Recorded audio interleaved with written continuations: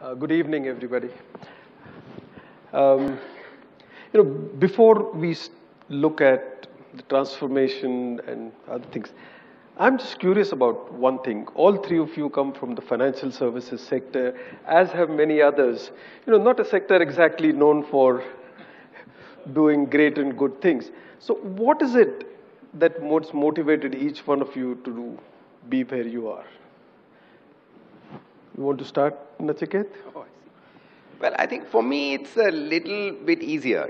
First of all, we had leaders like Mr. Vagul, like Mr. Kamath, who thought in very large sweeping terms. They were not people that were content with, the immediate next opportunity. And clearly ICICI was a development bank. Our mandate was we should do good in a certain sector. And many initiatives that we took, for example, creating NCDEX, of course it made lots of money later on, but at that point the idea was this is necessary to do, it's important to do, we should do it. If we don't do it, who else will do it? So I would say, city bankers may have a harder time answering that question, but certainly from an ICICI perspective, it was not that hard. Ashish, we've been involved with a lot of things together. I continue to be amazed by your passion and your desire. What made you make the big change? Ajit, it started at a very young age. When I was in school, I had a brilliant principal who, when I was in class 11 and 12, had a few of us go and teach middle school. And for me, that was the aha moment. I went running back home and told my mom that I wanted to be a teacher. She swatted that idea in a half a second, but the bug was always in me. And so I was always very passionate about education.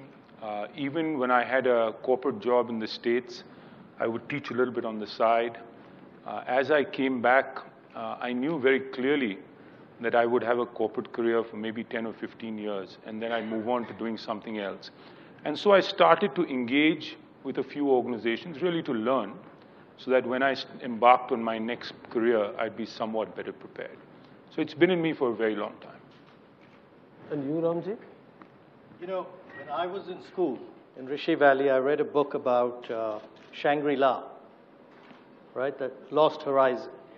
And I thought, wouldn't it be nice to live in Shangri-La? Now, I had a very successful father, very able executive, so I wanted to be like him. So I went and did an MBA at London Business School, came back in my early 20s and thought I'd go and work in a village. By that time, I'd read another book on the life of Che Guevara, right? Not recommended by LBS. But anyway, so this is what I wanted to do, but I didn't have the courage at that time in the late 70s. Doing this kind of work was a lot more difficult than probably it is today. So I ended up working for Citibank, and all the years went by. And, it's like anybody else. You ask yourself the meaning of life. Are you happy? And I realized this wasn't natural to me. I wasn't sure what was natural to me, but this wasn't it. I think Mr. Pai talked about getting some kind of inner peace. And I remember a friend of mine telling me in London, you told me a story when J. Krishnamurti was walking towards a village one day. He saw an old woman carrying a headload of firewood, and he insisted on carrying it for her. And I said, yes, my mother read this out when I was a kid. And he said, you told me this story about 30 years ago, and do you know why he did it? And I said, I think I do, but you'll say I'm speaking from here and not from here. So tell me, why did he do it? And he said, because, old boy, he felt her pain. The problem with you is that you don't feel the other person's pain. And he was dead right. I didn't sleep very well that night. But anyway, that's the short story. So it's interesting, all three of you are MBAs. I deal a lot with MBAs myself. All three of you started what is traditionally called highly successful, the desired career. And yet at some stage, all three of you chose to go where your heart is. Is it? So do you, and we've had some discussion today about, whether the young are more passionate, less passionate, whether they are What's your feel? I mean, you deal with a number of young MBAs who work with you. You do with Teach for India, and I'm sure you have had a lot with what's your feel of the young today? I mean, where do you think they're coming from? You know, it's very difficult to generalize because you can't look at your youth and transplant it on the youth of today. And, you know, having those sorts of empathy skills to figure out exactly, you know, I don't know how my 18-year-old daughter thinks, right? Because it's so difficult to put yourself in somebody else's mind. But my sense, now I don't want to offend anyone, is there is this caught in the headlights kind of phenomenon we're going through. And it comes from heavy westernization, okay? So everybody wants to literally go out. And there's very little focus on, and, you know, hey, I'm guilty of it myself, so it's not being holier than that. And there's very little sense of understanding of you can't survive unless your community survives. You are the world, and you have to create it. The Americans can't come and make India rich. Indians have to make India rich. I'm not sure if the young see that. I clearly think that there has been a sea change in terms of the way the young have a much greater social consciousness than we ever did. At least the things that I have been involved with, I find that a great number of young people apply to work in the social sector. I do agree that they sometimes don't necessarily have, or sometimes they're backbenchers and they're doing too much intellectualizing. But by and large, the commitment is unbelievable. The sacrifices they're willing to make, and maybe because our economy is at a different place, maybe because they're very self-confident and they're sure that they're going to always have a job, 5, 10 years down the road. But I think I found that they're much more committed than I ever was or my friends were in our generation. You've seen that certainly for Teach for India, there has been a huge increase in the number of people applying to be fellows, isn't it? I don't know what it shocks me. I remember when Shaheen first spoke to me 4 years ago, and, biggest concern was who the hell is going to apply? And it's shocking because this past year, 7,800 young people applied for 300 slots. Yeah. The fact that they were willing to give up careers and basically go work, to teach for 2 years in an underprivileged community, making a salary of 16,000 rupees with a small housing stipend on top of that, is enormous sacrifice, which bright Indians from the best colleges would never have made, at least in my time.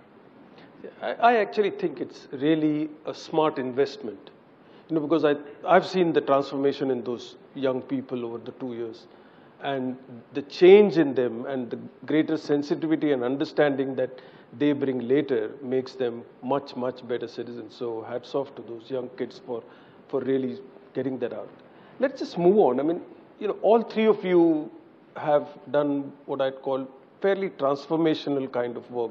You are doing a lot in, as somebody said, breaking the model in healthcare, and both of you are doing it in education. To some extent, these are services that we normally expect the government to deliver. So, in a way, you are really stepping in where the government has failed, right? What do you find the government's reaction to that? Is there been a, resentment? Has there been a resistance? Have they worked with you? And what have you done to go that extra mile to make them partners, or have you? So speaking of myself, I'm certainly not of the view that the government cannot deliver or cannot do this. Even in education, when I was in ICSF Foundation, we actually worked with McKinsey to ask the question around the world, who actually delivers elementary education? I think other than the country of Georgia, which has an exclusively private sector elementary education, everybody else is doing this with the government. And I feel personally that as citizens, as people who participate, as innovators, government is not like a monolith. It's not somebody else. Is there a way we can engage with it to make sure that it performs? And in healthcare, I think the challenge is even bigger in some ways, because in other fields, you could say people demand it, and therefore government has to deliver. Today, chronic disease is a huge burden that we are seeing. If you look at in terms of DALYs or disability-adjusted life years, mental illness is the #1 issue that we are facing today. Self-inflicted injury, which is a euphemism for suicide, is exceeding infectious disease as the #1 cause of premature mortality. Right? Mental issues. Clearly, these are areas in which we cannot wait for the people to start demanding it. They will take a long time to figure out. Some of my patients are telling me, you have high blood pressure. He says, well, that's good. I got more blood. He doesn't have a sense that this is something to worry about. Whether government delivers it or private sector delivers it, my sense is, as innovators, our role is to find a way to make it happen. To find the triggers, to find the catalysts.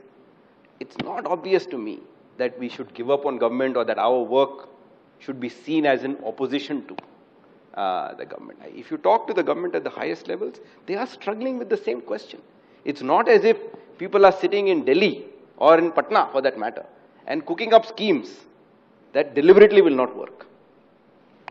They have the intent to make it happen, particularly now when the electoral uncertainties are so high. What they need from us is how to do it. And you mentioned that the scale is much bigger than what you even feared, and I think both of you must also have that. So where does your background, your education help you to perhaps look at this very differently from the government?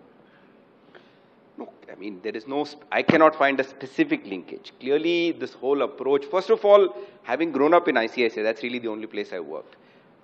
I've lost the fear of scale, built an organization that went from... That's a tribute to you, Mr. Vagul. Mr. Vagul, clearly, leaders like him gave us a sense that you dream, you can make it happen, right? So there's not a sense in my mind that it can't be done or that this is a hopeless cause.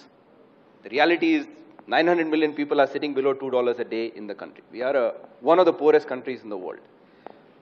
But beyond that, I feel careful thought, careful analysis, constantly meeting people, constantly working with people, trying to figure out, because the ideas are there, is my sense. In fact, somebody like me, I worry when I see a new idea. Because I feel there are lots of things that are already going on. And, to quote what Mr. Vagul was saying, the opportunity is to bring it together, to make it happen. It's not as if we are the only country struggling with health systems. I just came back from Thailand. When they were as poor as we are, they actually built something, and that works. And that works. They have a great healthcare system. What I think the opportunity for us is to, go back to the drawing board each time, come up with the ideas, and to see how can we make it happen. Ashish, education, especially primary education for the underprivileged, depending on whom you look at, we come in the bottom 2, bottom 3 in the world. You think we can still make it happen, isn't it? Yeah, I do believe so. And I actually think that, we came second last in the world. But I do think we will hit a brick wall as a country in the next 15 years if several thousands, hundreds of thousands of us don't work on this problem, because most countries in the world have gone from low income to middle income using a factor input strategy, which is precisely what India is doing. But very few, the only way countries go from middle income to high income is by having the base of the pyramid being extremely well educated. No country in the world is developed without having really good human capital at the lowest levels. And so I think this imperative for our generation to solve this problem. I think in urban, you talked about government. I'm new to this, so I really haven't worked a lot with government. But clearly, I think in urban India, we've already seen a massive migration away from the government sector in education. 50% of our children in urban India already go to private school. Most government school teachers in urban India send their children to private school. Having said that, I think the real tragedy is that poor parents have a horrible choice. They have private schools that are just terrible, and they take away a high share of their savings and their income. and we've got a government system where there's no accountability at all. So I do believe for scale, one has to work with government. But India is a unique situation where this massive migration has already happened to a great extent, particularly in urban India. Ramji, what's your experience been in that? The experience has been very positive. You see, firstly, we have to work with government, the kind of work we do.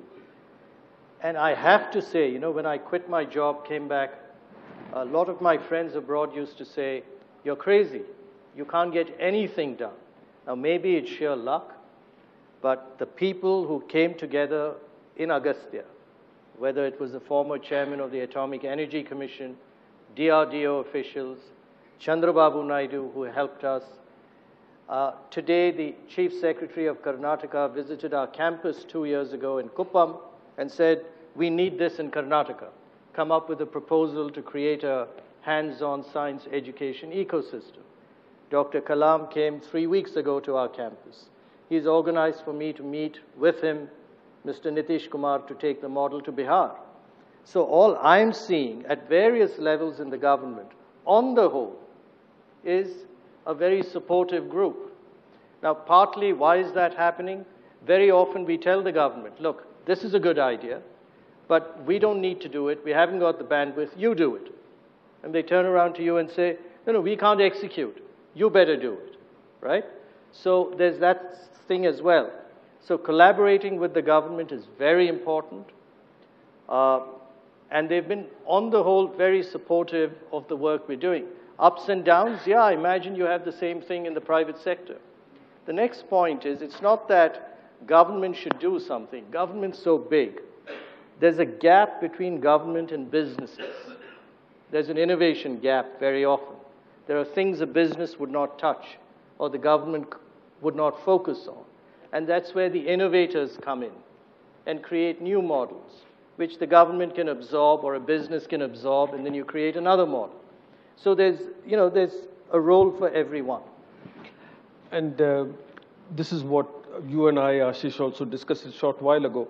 So take, for example, mobile technology as a possible means of bridging part of the last mile problem, of reducing the cost of transaction and so on, which entrepreneurs can do. But a lot of that for you to do requires an enormous amount of investment. So when you look at this entire, yes, markets do play a part, but there are very significant parts of this whole system where market does not work and philanthropy or government intervention is needed. Right? Do you see big chunks of those? Are there spaces where we are not getting enough investment either as from philanthropy or from government, but if we do get, would completely transform this scene? Yeah. I mean, in 2008, I made a presentation to the Knowledge Commission on how we could take this model across India. And I said, in about 20 years, you would have sparked curiosity and creativity through hands-on learning in a way that no society has done in history. Let's do it. And they asked me how much money would it take. I said it's about $2 or $3 billion over 10, 15 years, which is nothing in terms of the investment budget. It hasn't happened. I mean, it's happening in Karnataka. It may happen in Bihar and maybe a couple of states. But there are very good ideas, scalable ideas, where, clearly what we lack is money. I'll be honest about it. And if we had 100 crores more, we could do that many more things. Ashish, anything on you? I know that you've been putting a lot of your effort on those spots where there isn't a market solution. But do you think others can? I mean, here are so many philanthropists sitting here. Are there any big spaces that we could have really impact philanthropy happening? Yeah, so I think in education there are many areas, and particularly the bottom half of the socioeconomic pyramid markets don't work. If I look at the affordable private school sector in India, the learning outcomes are actually not very different versus the public system, because the truth is, at least every school that I've gone to see where the price point is 300-400 rupees, which is what's affordable for a poor parent, Unfortunately, it's near impossible to deliver high quality at that price point. The market just doesn't work. You need, and you won't be compliant, frankly, with the RTE. If you look at human capital development, again, a very difficult space for markets to work, at least today, because there's no extra reward for the training that you get. Good training is not necessarily incentivized. Progression from teacher to head teacher, there's no meritocracy. So there are several spaces within education where I think the markets don't work very well. So that's one big area for many of you to concentrate on. Thank you very much for being a part of this panel. You're doing great work. Keep on with all the great things you're doing. Thank you. Thank you. Gentlemen, can we request you to stay on stage, please, while we just quickly get to the audience and ask a few questions? The first question is for Shrikant Nadamuni. Shrikant, hi. Hi. So the panel was talking about the role of government. We heard people talking about innovative models. You were in Silicon Valley for a long time. Now you work for the government. You head the technology at UID. Is there an opportunity for India to build new innovative models using technology which could help us leapfrog and find a better way to deliver public services? Certainly. I believe that we certainly can't run our governments with leather-bound books and pen, and I've seen that in many cities where we have deployed municipal governance systems.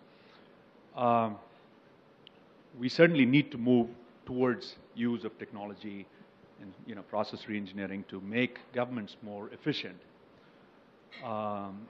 India has had many successes with respect to e-governance projects and the use of technology. For instance, the railway reservation system is a huge success that we can all be proud of. We all use that. The banking system, which pretty much computerized with the core banking systems and so on that came in the last 20, 30 years, I think is a huge success, which has gotten benefits to the common person, the common man.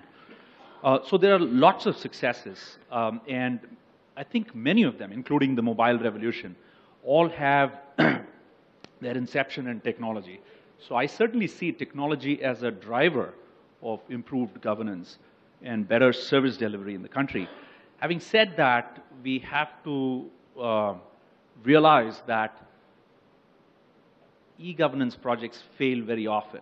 They fail more often than IT projects in the private sector, and that's for many reasons. The government is not well equipped with expertise in that sector, so it's a poor judge of good systems. There are implementation issues, there are training issues, and so on and so forth. But nevertheless, at least our own experience with e-government's foundation earlier in putting ERP systems, municipal ERP systems in city governance, as well as in the UID project, our initial trials in Jharkhand on NREGA bank payments, the LPG gas cylinder automation in Mysore, where now it's moving towards a cash-based, direct cash transfer. And for instance, the PDS experiments we have done in Andhra and so on, they're very, very encouraging. It looks like, corruption can come down significantly, efficiencies can go up. So I'm pretty bullish about, these systems bringing about better governance. Thank you so much, Shrikant. Peter? Thank you, Meetu. I have a question here for Professor Sriram, Professor M.S. Sriram. Professor, there's this view that philanthropy capital can only do so much. But if companies in general pursued shared value, what Michael Porter describes as, let me get this right, creating economic value in a way that also creates value for society, if this happens, that the impact will be much greater. The question is, are marketers willing to reward shared value thinking?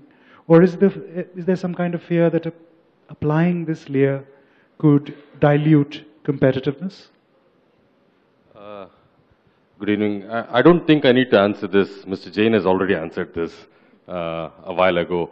And Nachiket is sitting there, and I don't see him as a crossover leader at all. He was crossing over even when he was within ICICI Bank. I've tracked his work on microfinance. And both of them have been creating value from within. And I don't think it in any way affected how the market perceived these two businesses.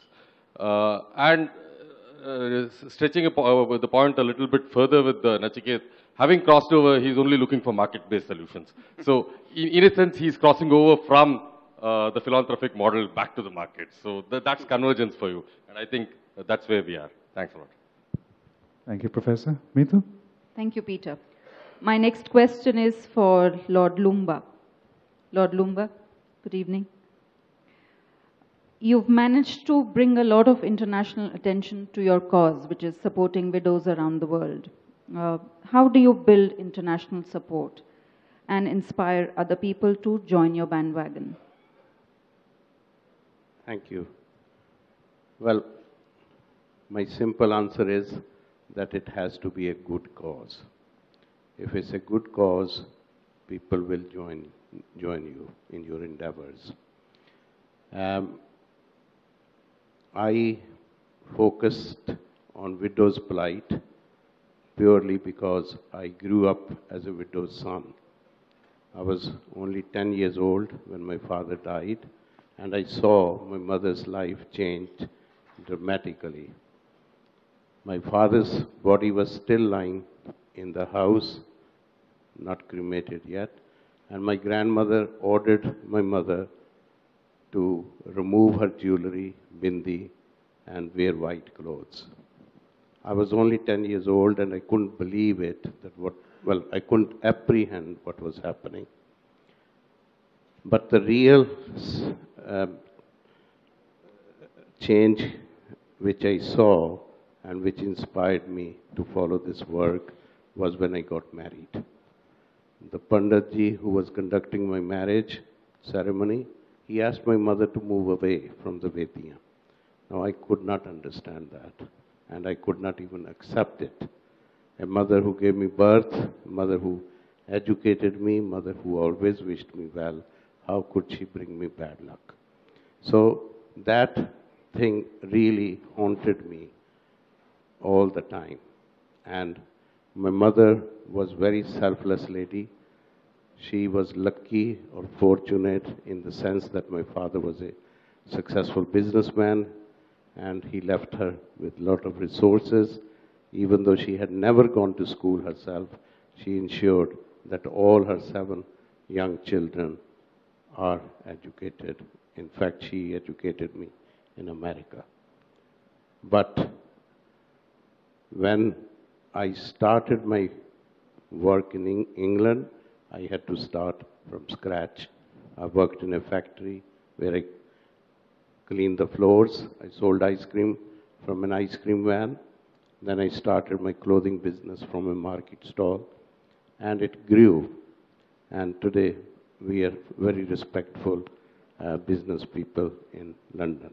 Now, when my mother passed away, I realized that if it wasn't for the education, I probably wouldn't have progressed the way I progressed. So I wanted to honor my mother, and like most of people here who build hospitals or schools, ashrams, I thought that if my mother did not have the money, she would not have been able to educate me. So I started thinking that how do I honor my mother? I set up a charity in her name, but with a focus on educating children of poor widows in India. However, to answer the question that how do you convince other people to follow you? As I said before, it is the cause. I took my cause to the United Nations because I conducted a research study and we discovered that there are 245 million widows in the world. 42 million of them are in India. There are 500 million children of widows around the world. out of them 100 million children are in India. They suffer in silence through no fault of their own. It's just because they have lost their father or mother has lost her husband. So I try to, because it's a colossal problem, almost 700 million people suffer, and which nobody realizes. Nobody ever identified this problem, and nobody ever addressed this problem. In fact, in 2005, I spoke at the United Nations. We were the first NGO ever to celebrate Diwali at the UN, at the headquarters, and Kofi Annan mentioned to me that they should have considered widows in the Millennium Development Goals, which they did not. But as the problem was,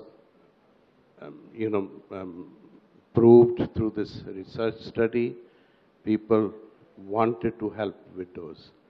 And I don't have to tell you here in India what happens to widows. They're ostracized, they're considered evil people, they're inauspicious, and their children suffer the most because the mother gets thrown out of the house or the system, and she has to depend on her children, who end up either on streets or in factories. So I took all this information to the United Nations, and I launched International Widows Day as a focused global day for helping widows.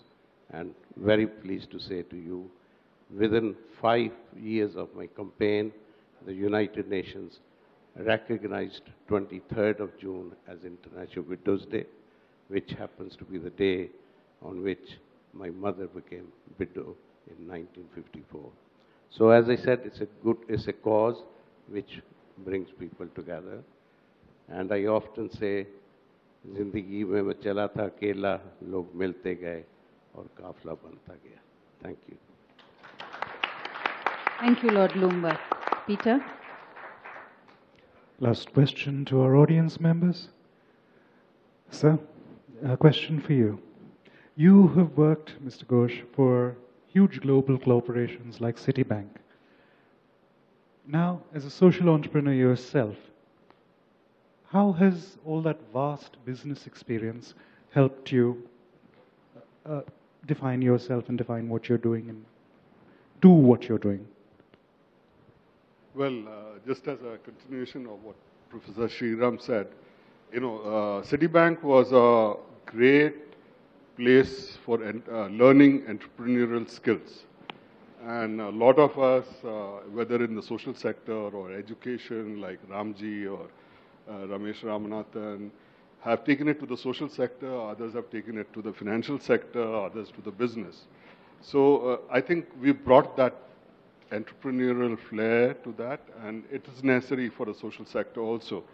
Finally, I'd like to say that having worked for Citibank, handling crises was hardwired to us. So when the crisis hit the microfinance sector in 2010, it was no sweat. Thank you. Thank you, sir. Meetu? Thank you, Peter. I'd like to thank the panel, Professor Rangnekar, Nachiket, Ashish, and Mr. Ramji Raghavan. Thank you so much.